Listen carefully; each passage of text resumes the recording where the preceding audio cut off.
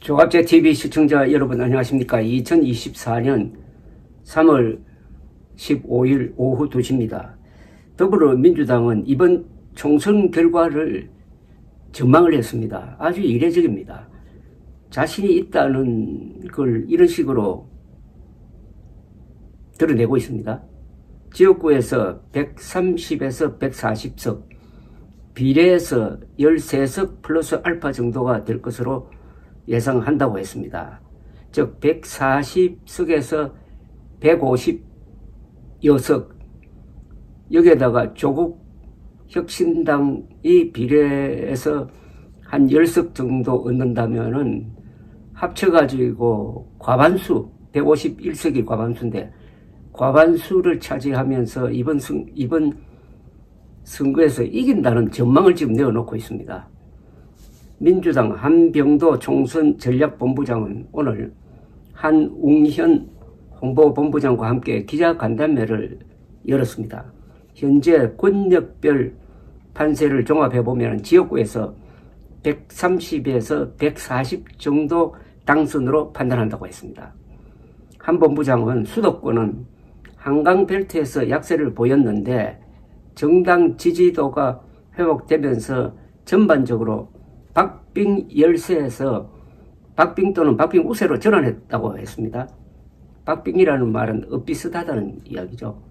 박빙은 한자어인데 얇은 얼음판을 뜻합니다. 이어서 인천 경기는 국정 견제론이 높다는 점에서 다수 지역 우세가 예상된다고 했습니다. 한 본부장은 또 대전은 일반적으로 서울과 유사한 흐름을 보이는데 정당 지지도는 약간 열세인데 후보 경쟁력이 우세하여 박빙 구도로 판단한다고 했습니다. 그는 세종은 전통적 강세 지역으로 우리가 우세하다. 그리고 충북, 충남은 천안, 아산, 청주권은 박빙 우세로 판단하고 당진과 논산, 계룡, 금산, 정평, 진천, 음성이 박빙이라고 했습니다. 한 본부장은 대구, 경북은 민주당이 꾸준히 노력하지만 현실적으로 어렵다며 부산, 경남, PK는 정당 지지도에서 열세지만은 인물 우위 지역을 중심으로 기대하고 있다. 최근 민주당 지지도가 상승세를 보이고 있어 지금 PK를 핵심 전략지로 판단하고 있다고 했습니다. 한 본부장은 또 호남은 윤석열 정권에 대한 심판 여론이 팽배하여 압도적 우세를 보일 것으로 예상한다. 강원은 전체 판세가 쉽지 않은 것이 사실이다. 그렇지만 춘천과 원주에서 승리를 기대한다고 했습니다. 이어서 제주도는 3개 지역 석권을 목표로 하고 있다. 최근 흐름을 분석하면 지금부터가 진짜 승부처이기 때문에 현재 분석도 유동성이 클 것으로 분석된다. 지금부터가 중요하다고 생각한다고 했습니다. 한 본부장은 비례의석에 대해서는 외부 여론조사 분석을 평균치로 내보면 더불어민주연합, 즉 민주당 비례 위성정당이 13석 플러스 알파가 되지 않을까 예상한다고 했습니다. 이 예상대로 된다면 민주당은 단독으로 과반수가 되든지 조국 혁신당과 합쳐서 과반수 의석을 차지한다는 이야기가 됩니다. 이렇게 되면은 그 뒤에 전국이 어떻게 될 것이냐 하는 건데, 민주당이 이렇게 자신 있게 딱 나오게 된 것은 윤석열이 던진 총선 카드, 즉 의료개혁이 먹히지 않고 오히려 역효과를 부르고 있다는 게 근거한 것으로 보입니다. 오늘 발표된 한국갤럽 여론조사를 요약을 하면은 이렇습니다. 총선 결과에 대한 기대, 여당이 다수 당선되기를 원한다 40%, 반대로 야당이 다수 당선되기를 원한다가 49%입니다. 오차 범위를 넘고 있습니다. 49대 40. 그리고 의과대학 이 정원 문제에 대해서 정부 안대로 추진해야 된다가 47%, 규모 시기 조정을 해가지고 중재안을 마련해야 된다가 41%, 정원을 아예 철회해야 된다가 6%입니다. 그러니까 윤석열 대통령이 고집을 부리고 있는 2,000명 안에 대해서 찬반이 똑같다는 겁니다. 그런데 정부가 제대로 대응하느냐에 대해서는 잘못하고 있다가 49%, 잘하고 있다가 38%입니다.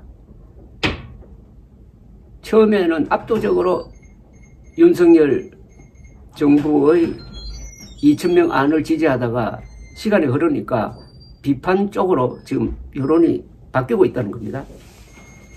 그러는 가운데 중도에서 국민의힘 반대론이 강해졌습니다. 중도에서 정부 견제론이 58%나 됩니다. 정부 지원론은 29%, 반밖에 안 됩니다. 중도가 왼쪽으로 기울고 있고, 그 중도를 왼쪽으로 기울게 한 게 아주 난폭하게 추진하고 있는 윤석열 대통령의 의과대학 정원 확대입니다. 조국 혁신당을 비례투표에서 찍겠다는 중도가 19%나 됩니다. 중도에서 국민의힘 위성정당을 찍겠다는 사람들이 22%,